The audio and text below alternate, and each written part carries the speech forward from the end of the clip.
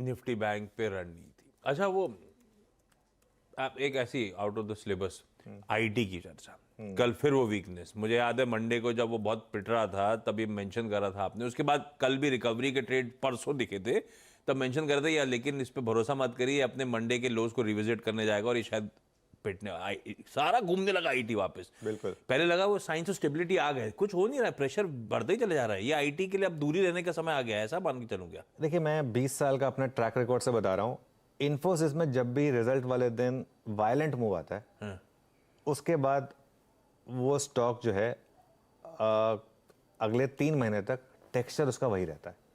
इन्फोसिस का टेक्सचर अभी कुछ टाइम तक सेल ऑन रैली रहने वाला है। मैंने मेंशन किया था आपको इन्फोसिस बाय करने का मौका मिलेगा अगर किसी तरीके से आपको 1000 से 1100 के बीच में आ जाए स्टॉक, तब मिलेगा। लेकिन उसमें तरीका क्या है? अब देखिए बॉटम कोई नहीं पकड़ सकता आशीष। अब यहाँ से जो भी डिक्लाइन आएगी इन्फोसिस में टिल नेक्स्ट क्वार्टर, आपको उस हर डिक्लाइन में एसआईपी करना है। और अच्छे स्टॉक्स जो है ना आपको तभी पोर्टफोलियो में मिलते हैं जब इस तरीके का टाइम चल रहा होता है। ये आप ट्रेंड उठा के देख लीजिए, चाहे इन्फोसिस का देख लीजिए, एचडीएफसी बैंक का देख लीजिए, बजाज फाइनेंस का देख लीजिए, एशियन पेंट्स का देख लीजिए, डिवीज लैब्स का देख लीजिए। बाय करने का जोन तभी होता है, एक जब आप पोस्टमार्टम करेंगे ना इन स्टॉक्स का कि काश मैंने यहाँ ले लिया, तो काश मैंने यहाँ ले लिया होता, 3 साल बाद आप कह रहे होते थे काश मैंने उस दिन ले लिया होता। लेकिन नियर टर्म में आपको तंग करेगा। अब आप आज मान लो 1232 पर ले लें और कल ये स्टॉक 1100 पर आ जाए, तो आप कहेंगे कि मैं तो फंस गया। तो इसलिए मैं कह रहा हूं कि ये अब जो अगले 3 महीने में ये अपॉर्चुनिटी देगा वो लॉन्ग टर्म इन्वेस्टर्स के लिए देगा।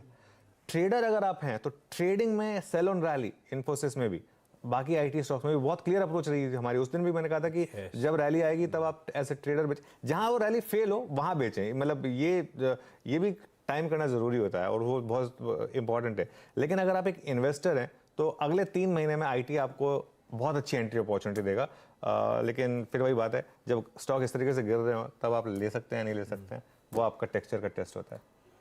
बात सही है। और क्या बिल्कुल वैसे ही हुआ था, उस प्रेशर के बाद से उभरने के बाद फिर अब प्रेशर माउंट हो रहा है इन्फी पे, इन्फी के चलते आईटी पे।